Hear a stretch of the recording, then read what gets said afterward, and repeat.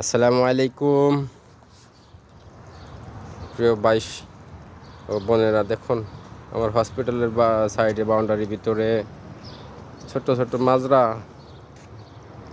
এই যে আমার ভাই যত্ন করে পানি দেয়।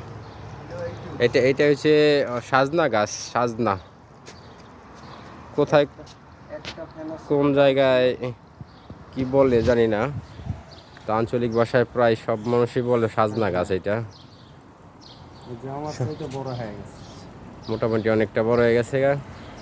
সম্ভবত আর 2 থেকে 3 মাস সাজনা ধরবে, ফলন হবে।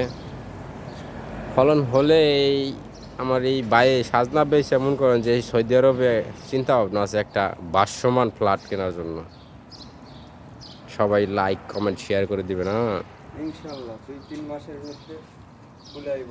এই পানি দিতেছে।